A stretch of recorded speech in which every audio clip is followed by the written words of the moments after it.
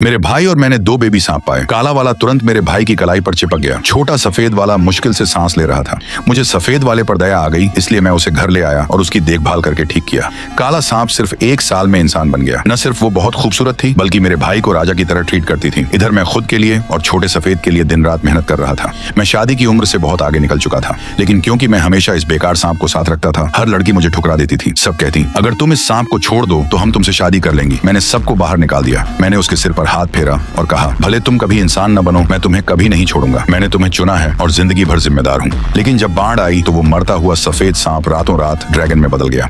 मैंने बाढ़ में उसकी पूंछ पकड़ने की कोशिश की, लेकिन उसने सिर्फ मेरे भाई को सुरक्षित बाहर निकाला। पता चला वो शुरू से ही मेरे भाई पर नजर रखे हुए थी। पता चला उसने काले सांप से बहुत पहले ही ट्रांसफॉर्म करना सीख लिया था। जब मैंने फिर आंखें खोली तो मेरे हाथ में मरता हुआ सफेद सांप था। मैंने उसे बिना हिचकिचाहट के फेंक दिया। मेरे भाई ने कहा, देखो ये छोटा सफेद सांप टॉप क्वालिटी वाला है। ये जरूर एक दिन ऊपर उठेगा। ये तुम्हें स्वर्ग तक ले जा सकता है। तुम्हें पता है, 10 साल पहले पड़ोस के गांव के अंकल वांग को भी ऐसा ही एक मिला था, तुम्हारे जैसा ही। जब वो सांप ऊपर उठा तो अंकल वांग को भी साथ ले गया। जब तुम सफल हो जाओगे तो अपने बड़े भाई को मत भूलना। मेरे भाई ने सफेद सांप मेरी हथेली में रख दिया, लेकिन गुजरते हुए गांव वाले चिंता करने लगे। यान जी, तुम बहुत अच्छे हो। सब जानते हैं कि सफेद सांप काले से ज्यादा आसानी से ट्रांसफॉर्म होते हैं। मुई उतना स्थिर और भरोसेमंद नहीं है जितना तुम हो, और तुम्हारी शक्ल भी उससे बेहतर है। हर तरह से देखो, तुम बेहतर हो। मेरे भाई के चेहरे पर एक पल के लिए दर्द आया। फिर उसने जबरदस्ती मुस्कुराते हुए कहा, कोई बात नहीं, मैं बड़ा भाई हूँ, मुझे छोटे भाई की देखभाल करनी चाहिए। मैं चिढ़कर भौहें चढ़ा लिया। जो ध्यान से देखता वो समझ सकता था कि सफेद सांप मुश्किल से जिंदा था, लेकिन काले सांप की आंखें तेज और सतर्क थीं। गांव वाले शायद न जानते हों, लेकिन मेरे भाई को जरूर पता था। ये वाला मेरी पिछली जिंदगी में सबसे ज्यादा ऊपर उठने वाला था।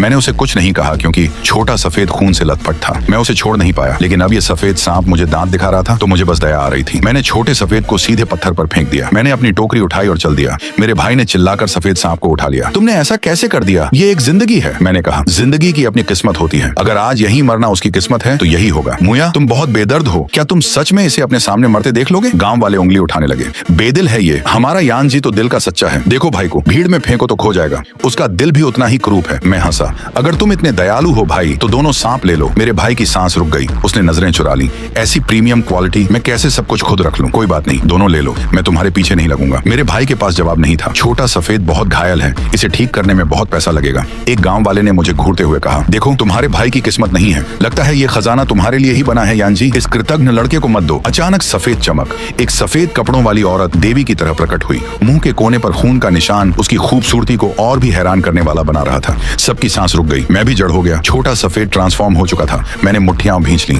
मैंने सोचा था कि मैंने इसे बचाया, इसलिए ये ट्रांसफॉर्म हुआ, लेकिन ये शुरू से ही जानता था। इतने सालों तक ये बस देखता रहा कि लोग मुझे बेकार सांप रखने पर ताने मारते हैं।